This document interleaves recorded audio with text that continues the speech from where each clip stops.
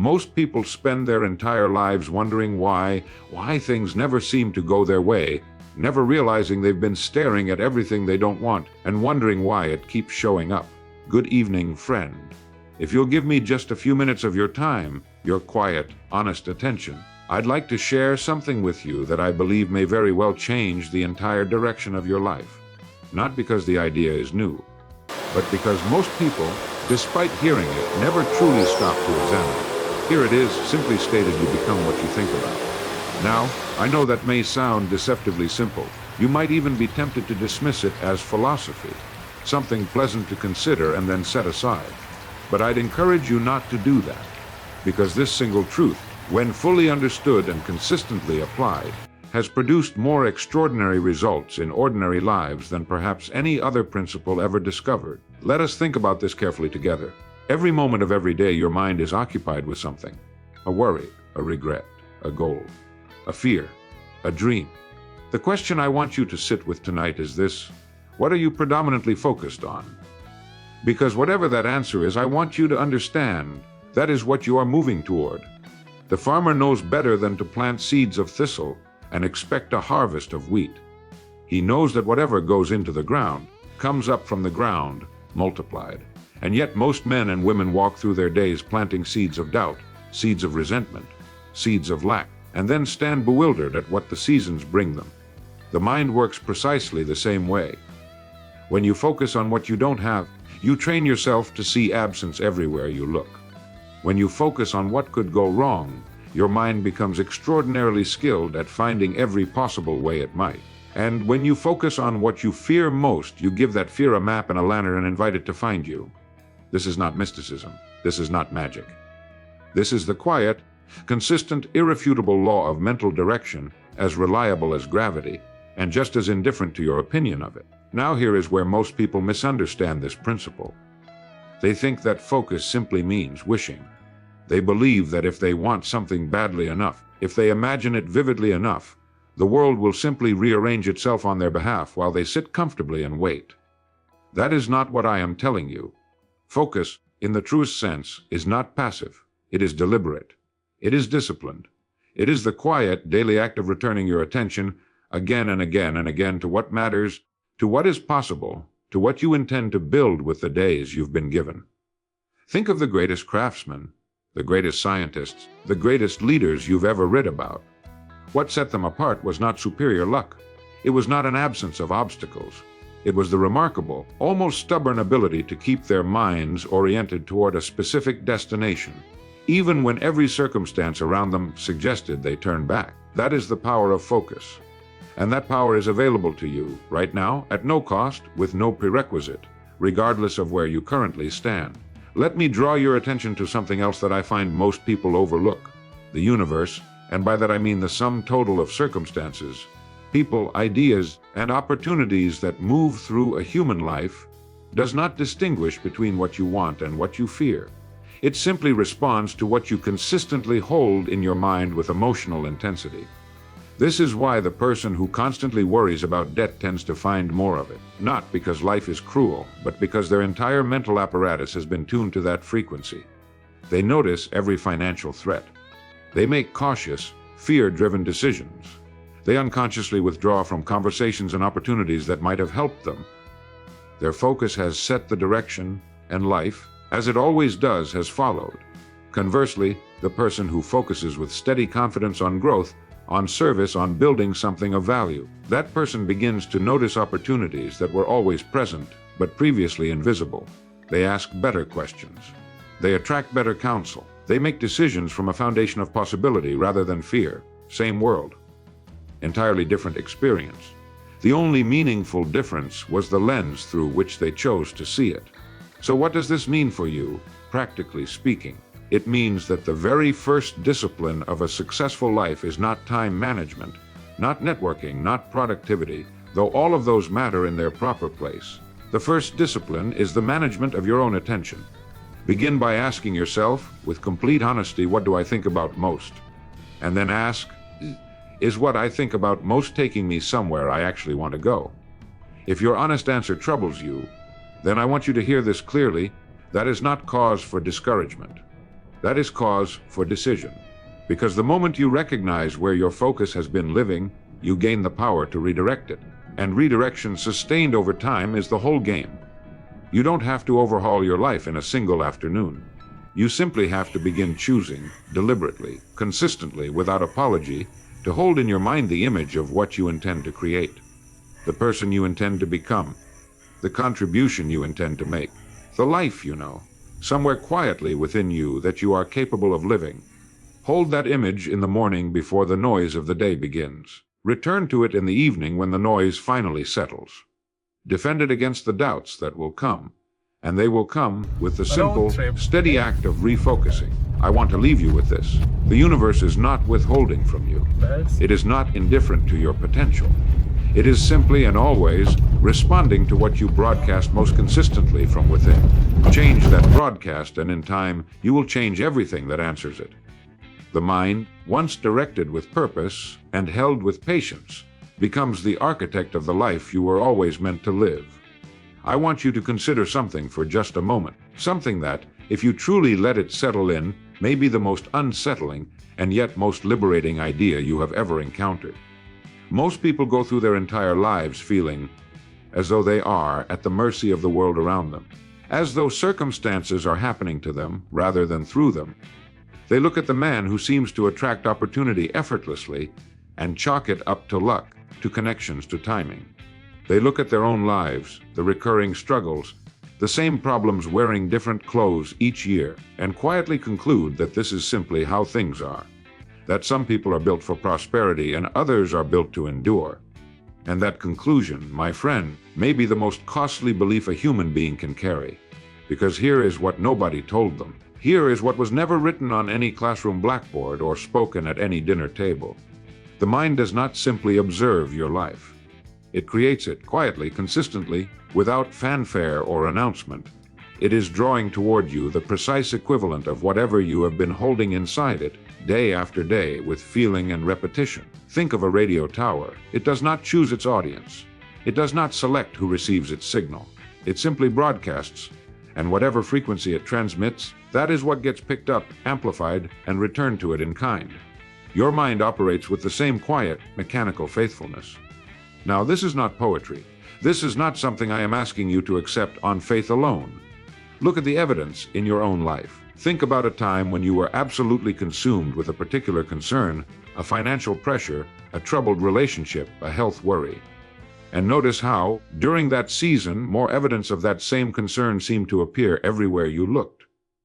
More reminders, more confirmations. More of exactly what you did not want. Was the world conspiring against you? No. Your mind had simply been tuned to that signal, and it found it faithfully, efficiently everywhere.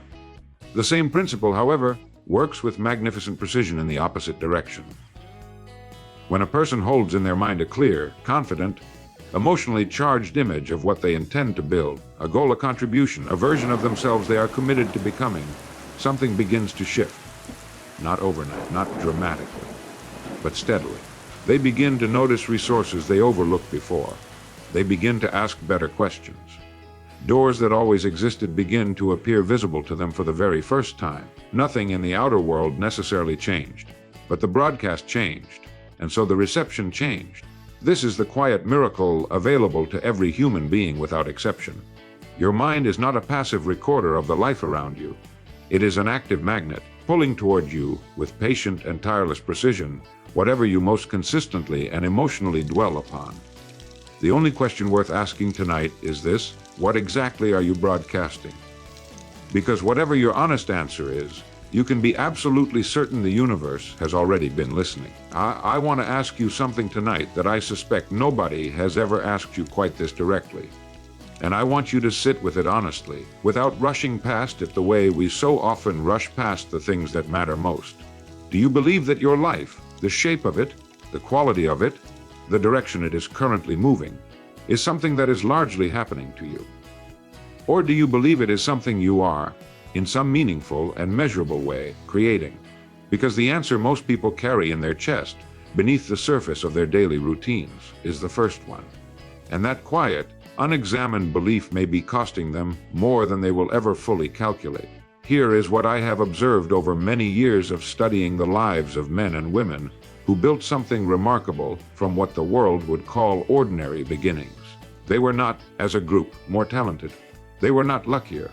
They did not receive some special dispensation from hardship or difficulty. What they possessed, and what separated them from the great majority, was something far simpler and far more available than most people realize.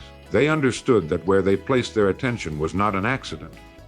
It was a decision, and they made that decision consciously, deliberately, every single day. Now let me be clear about what I mean, because this is where the real substance lies. Most human beings allow their focus to be assigned to them by their environment. The morning headlines assign it.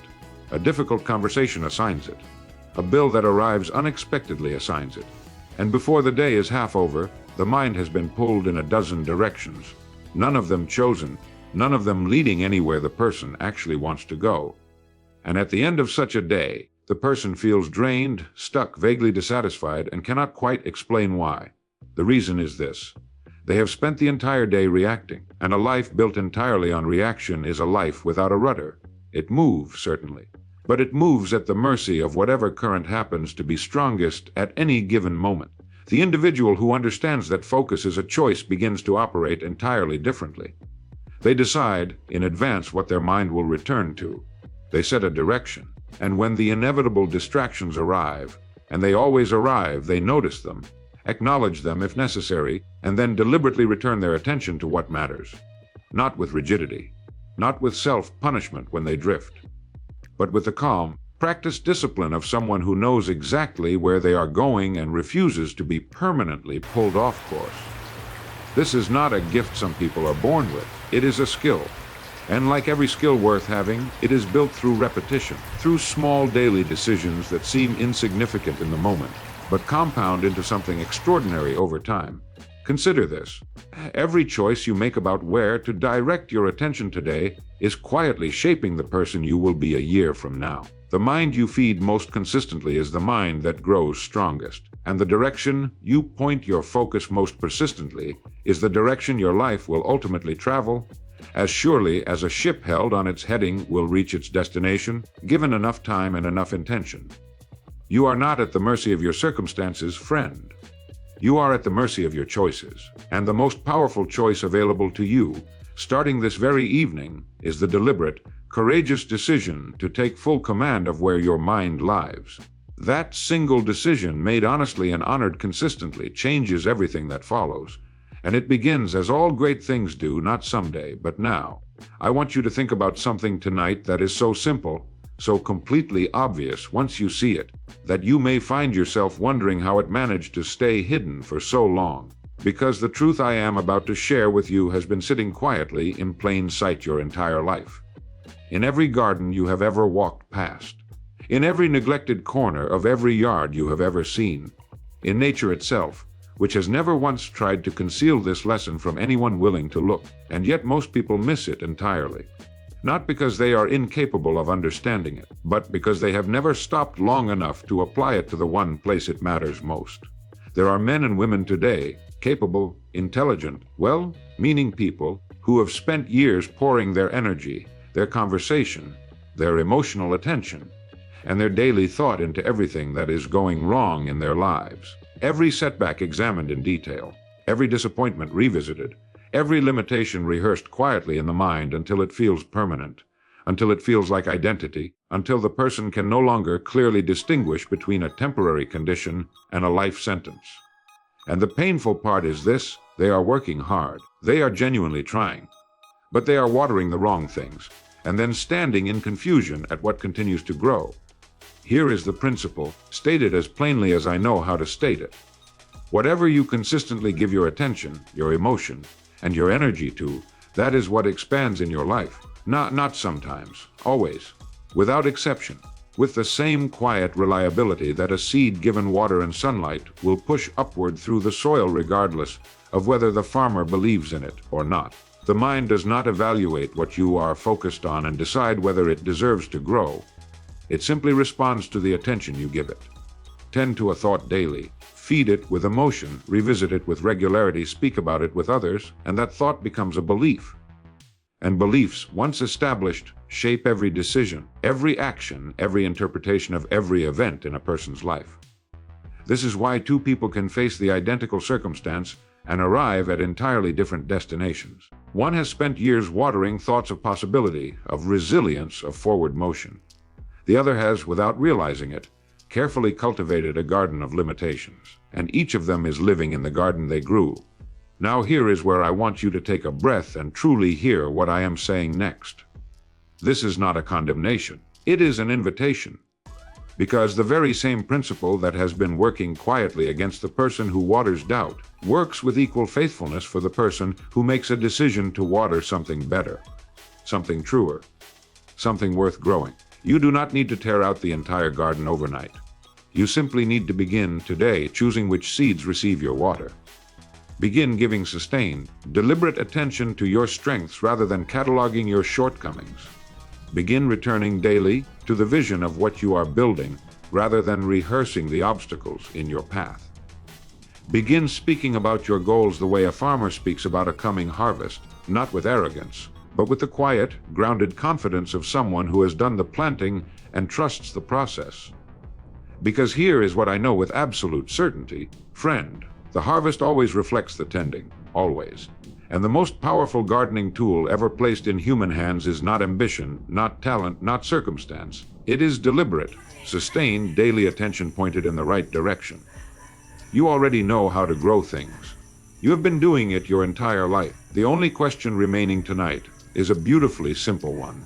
From this moment forward, what will you choose to water? I want to share something with you tonight that I believe, once you genuinely understand it, will permanently alter the way you relate to your own mind. And I say that not to create expectation, but because I have seen this particular truth, when finally grasped, free people from patterns they had been trapped inside for decades, patterns they had tried to escape through willpower, through positive thinking, through sheer determination, and could not, because they were fighting the symptom while the cause went completely unexamined.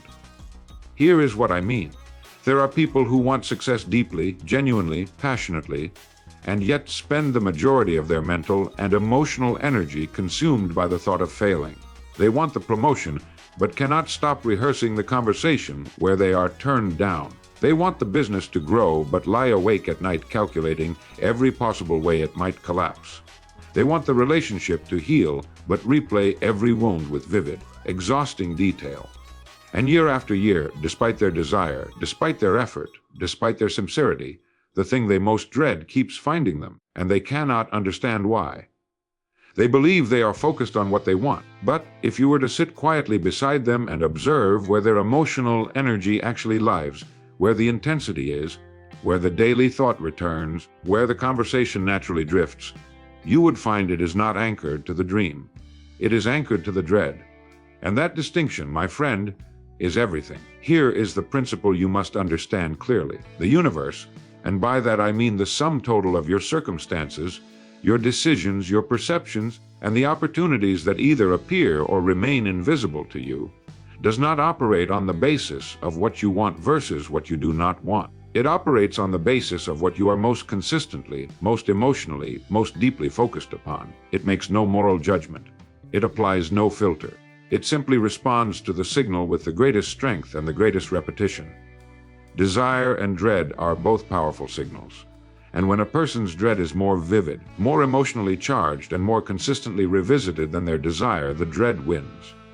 Not because the universe is cruel, but because the universe is consistent. It delivers the equivalent of whatever broadcast is strongest. This is why a person can recite affirmations every morning and still produce results that look nothing like those affirmations. Because the affirmation lasts 2 minutes. The underlying dread occupies the remaining 23 hours and 58 minutes. And the math, as it always does, tells the truth. Now I want you to sit with what I am about to say, because this is where everything shifts. The moment you understand that both signals carry equal power, you stop being a passive recipient of whichever one happens to be loudest.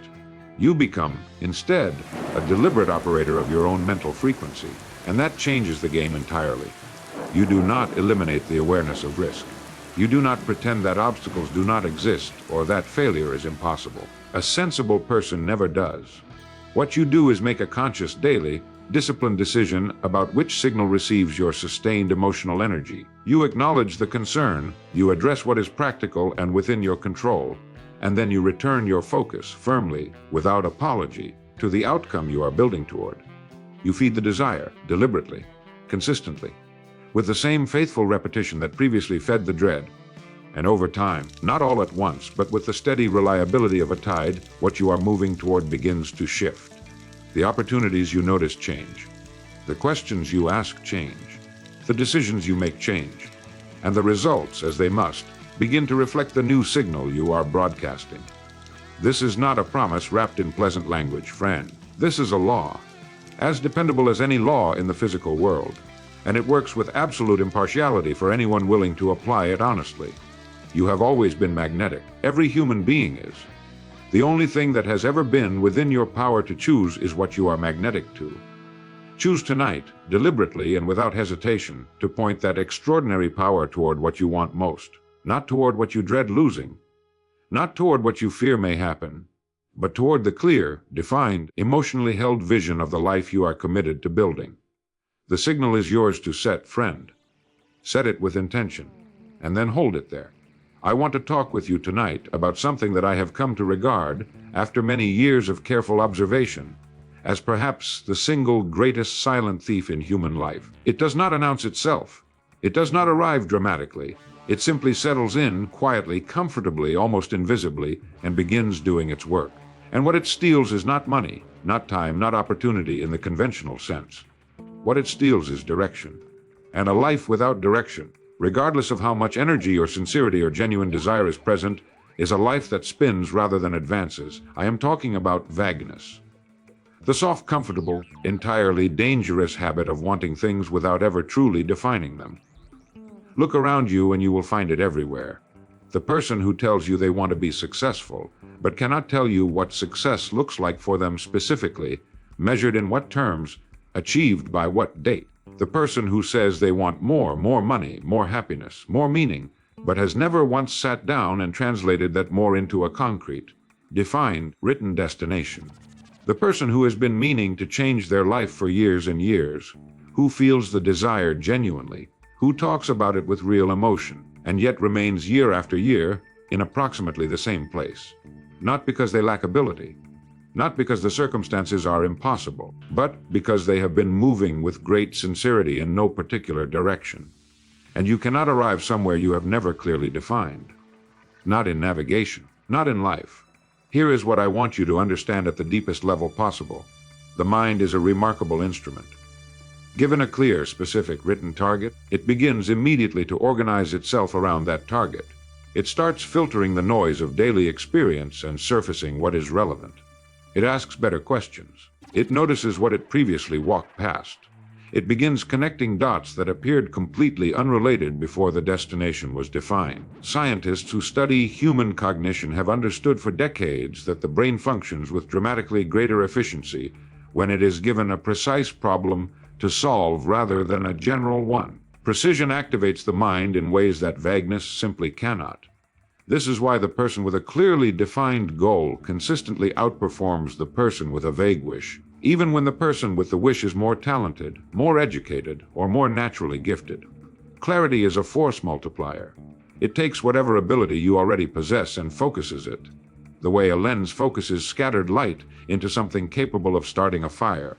And here is the relief in all of this, friend, because there is genuine relief here, and I want you to feel it fully.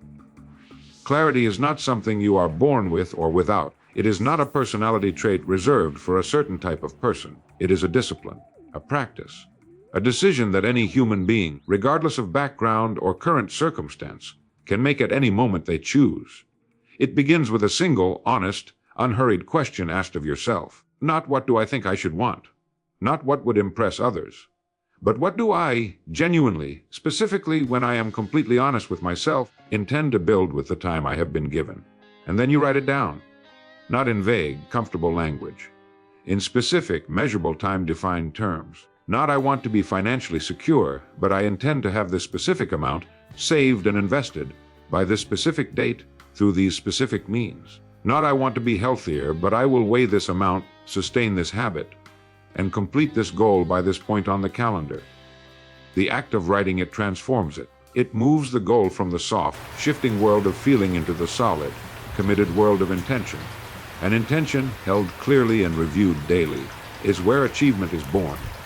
Review that written clarity every morning before the world makes its demands of you. Read it every evening before the noise of the day finally settles. Let it become the fixed point your mind returns to automatically. The way a compass needle, no matter how it is jostled, always finds north. Because here is what I know with complete confidence, friend. The achievers, the men and women throughout history who built something lasting from what the world considered ordinary raw material, were not operating on hope. They were operating on clarity. They knew with a precision that most people never permit themselves exactly where they were going. And that knowledge organized everything else around it. You are not lacking ability. You are not lacking opportunity. You are not lacking time in any final, irreversible sense. What you may have been lacking until this very moment is the clear, written, daily, reviewed definition of where you are actually going. Define it tonight, friend. Write it down. Read it tomorrow morning. And watch what a focused mind given a worthy and specific destination begins quietly and faithfully to build. I want to speak with you tonight about something that trips up even the most sincere, most motivated, most genuinely determined people I have ever observed or studied. And I say sincerely determined because that matters here. These are not lazy people. These are not people lacking desire or willingness. These are people who have read the books, set the goals, made the declarations, and thrown themselves into action with real energy and real commitment. And yet something is missing. The results they expected have not arrived on the schedule they anticipated.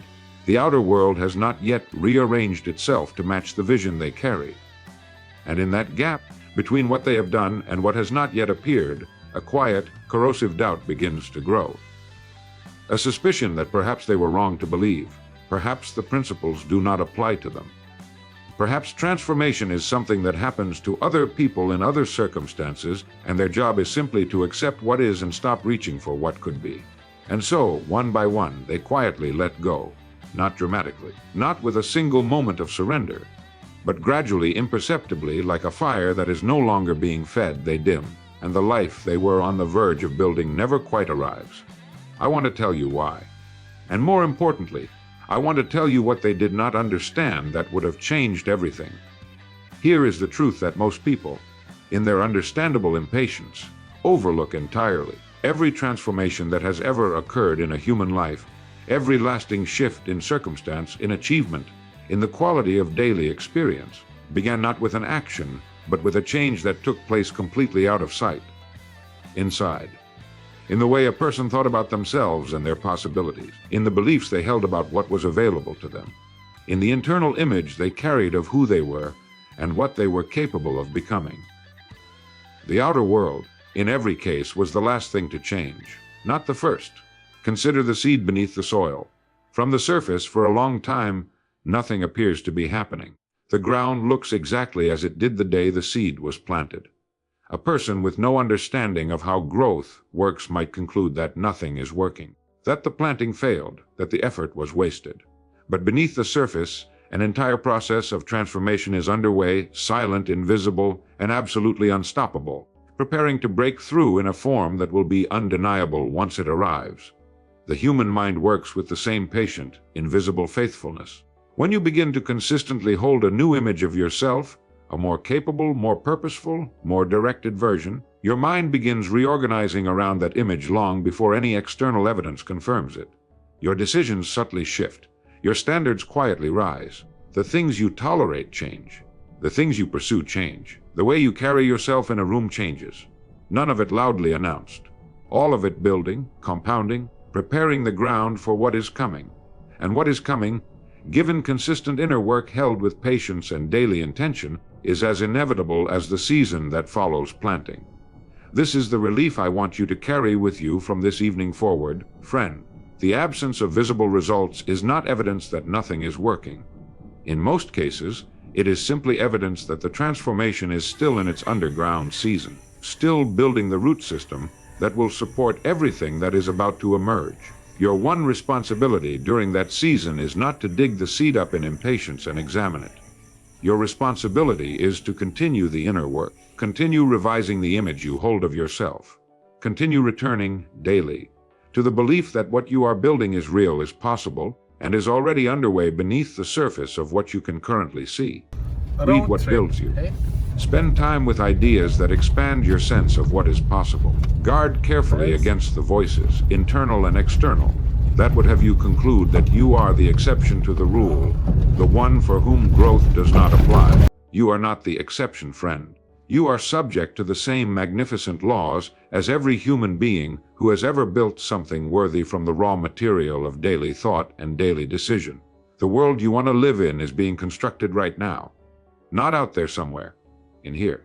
In the quiet, daily, deliberate work of becoming, before the becoming is visible to anyone, including yourself. Trust the process with the same confidence a farmer trusts the ground. Tend the inner work with the same faithfulness you would give any endeavor you believed in completely.